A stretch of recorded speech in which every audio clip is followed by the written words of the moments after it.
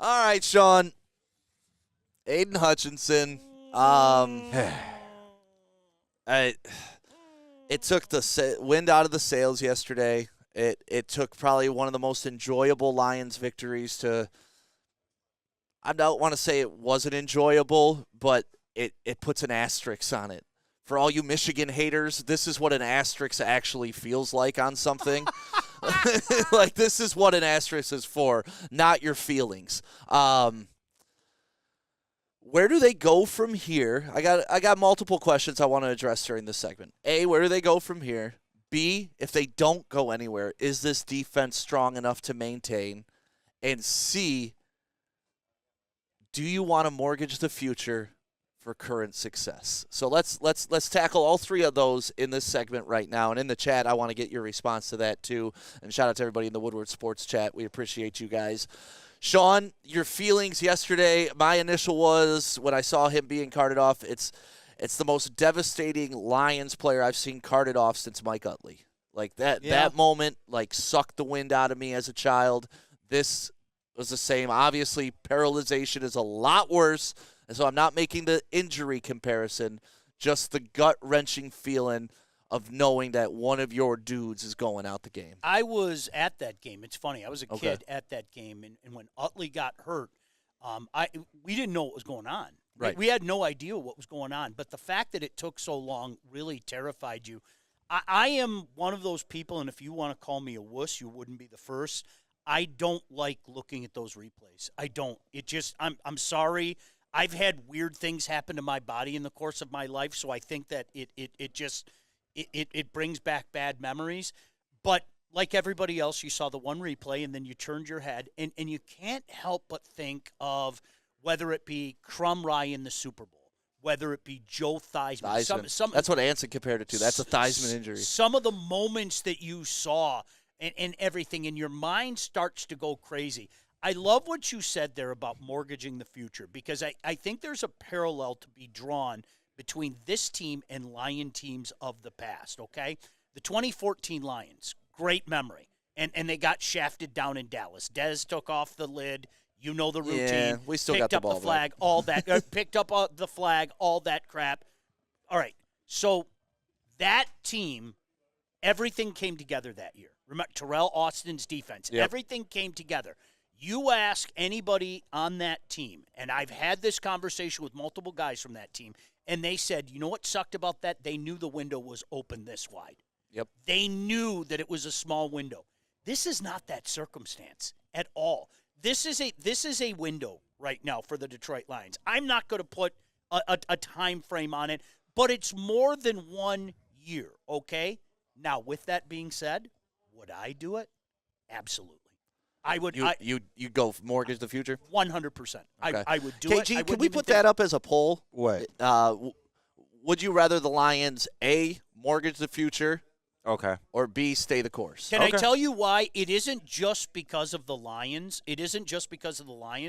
Now, you guys tell me if I'm wrong here. And, we're going through a strange thing right now, Stick, where maybe fans around the nation are going, what's up with these suddenly cocky Lion fans? SCL is a real thing. Suddenly cocky Lion like that. is a real thing. That's okay? better than SOL. Hey, listen, you guys, seriously. And I'm going to ask you guys first and you guys in the chat. Who do you fear in the NFC? No one.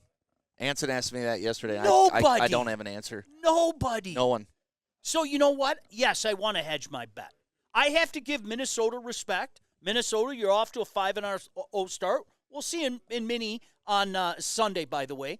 But I don't look at anybody right now. There isn't a San Francisco 2023 out there. No. There isn't. There isn't one team in the NFC. Now, there's a lot of time left on the slate, Stick, as you know. A team can go like this during the course of the season. You see it every year. But all I can do is base this on today, October 14th, 2024. There isn't one team in the NFC that I look at and go, ooh, you know what I mean? Yep. So you know what? Yeah, I want to hedge my bet. I do. What do we have to do? I know what the space is, about $28.5 million.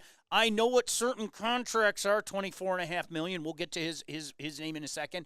And him pushing a coach, by the way. But with that being He said that was in love. Oh, yes. He said it was in love. And He you know did. what? It was in love. Just like the Lions didn't think about the Cowboys game last year. So, yeah. It's just like Aaron Rodgers pushing Robert Saleh away in love. Yeah, there was a lot of love there. But no, stick, honestly, yes, hedge the bet. You don't know. There are so many things that can happen. You don't know. You know what I do know right now? The Detroit Lions are the best team in the NFC.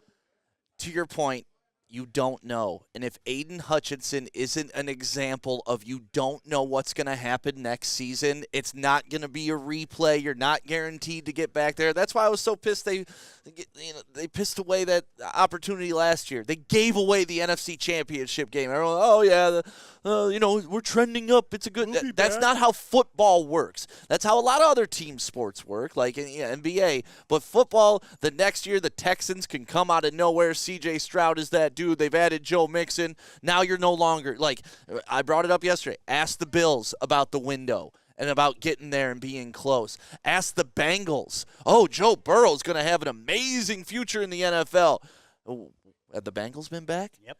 It doesn't work like that. It's so hard to climb that mountain that once you get up there, you cannot give an inch. And like I said, if you are a fan that isn't all in and trying to mortgage the future, like me and Sean, you can call us delusional.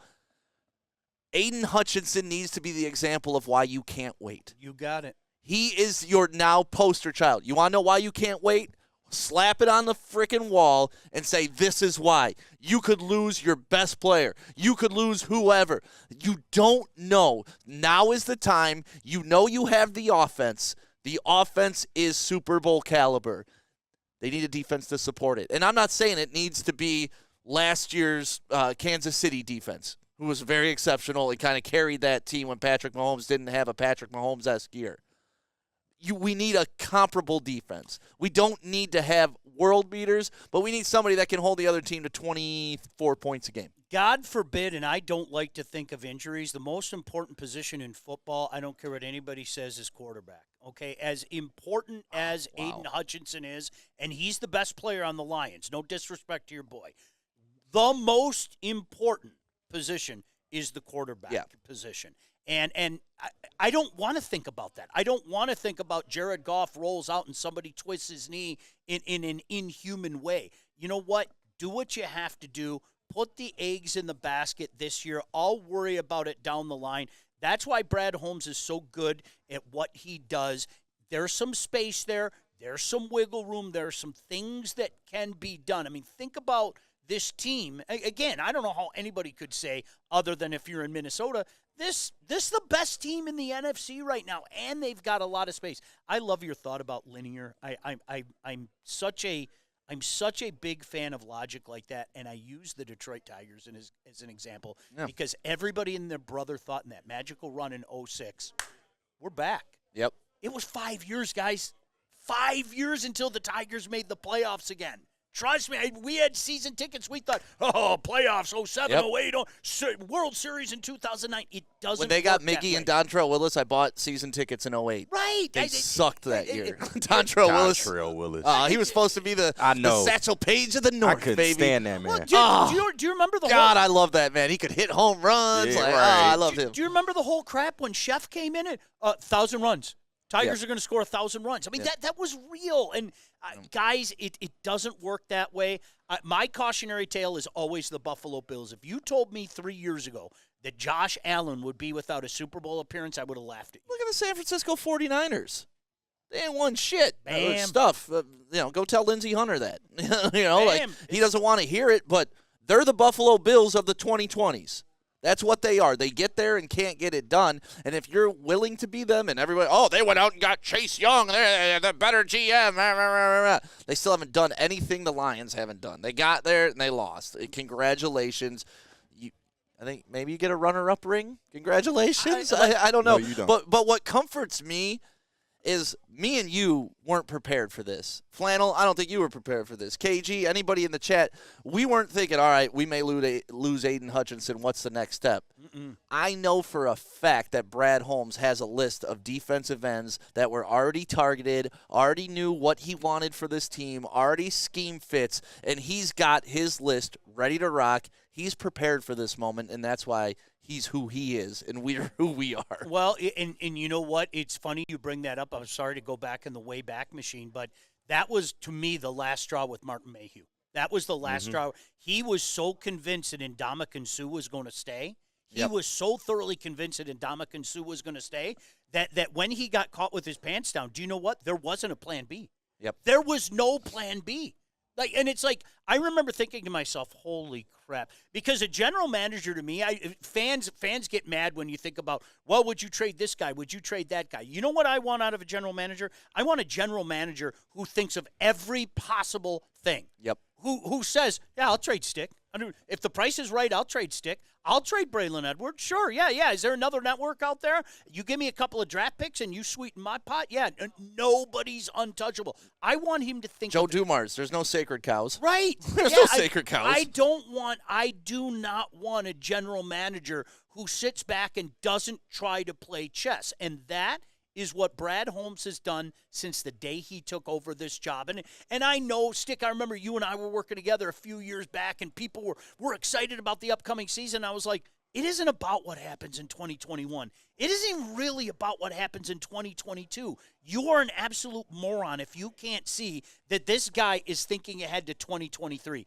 That's the guy that I want. That's the guy that I want. And all he's done since then is continue to build this team into the monster that it is today. Yeah, well, and Brad Holmes we trust, and that doesn't change after an injury. I got a question in the chat. We're gonna take a quick break, though. Stick, would you agree that the NFC is more competitive than it was last year? I'll agree that the NFC North is. Yeah. The entirety of the NFC ain't looking too hot. I'm not scared of the Eagles. I'm not scared of the 49ers. We just saw what the Cowboys are this year. We ain't scared of them. Right. The Rams aren't any damn good. They could Tampa beat the Commanders if Tampa they Bay, were. maybe. But if we're talking like that NFC team. North, yes, NFC North is much improved. But the Lions have improved at a 50% rate, while every other team at a 30%. I think that's fair. Who was it that said that? I Steve-O. think they're more competitive. I think the NFC is more competitive. However, this is where you and I may go different paths. There isn't a Niners. Right. There isn't that team. We are the Niners. We're the super Bam. team. That's exactly it. That's exactly. Self-actualization moment. Listen. Wait, you The can't same be in the good NFC. team. We're the good team. Last year, I think whether we want to admit it or not, it's okay to admit it now. In the back of our head, we were all kind of shitting our pants about the Niners a little bit, weren't we? I was. Oh my gosh, this They I were wouldn't them say out. shit in the pants, but I get it. I was terrified of that team. I'm not going to lie. Yeah. There's nobody like that in the NFC this year, KG. There's nobody that I look at and go, ooh. I talked about it. You and I were together. I think Tampa is maybe flying under the radar a little bit, especially what they did yesterday. And I know the Saints aren't all that. And, I mean, Spencer Rattler was starting, for goodness sake. But to go out there and be the juggernaut that they were in the second half of that, I think they're sneaky good. I think Tampa's sneaky good. I'm big on Tampa, but if they face the Lions again, you would be confident that the Lions would win. Yes, Yeah, I would. 100%.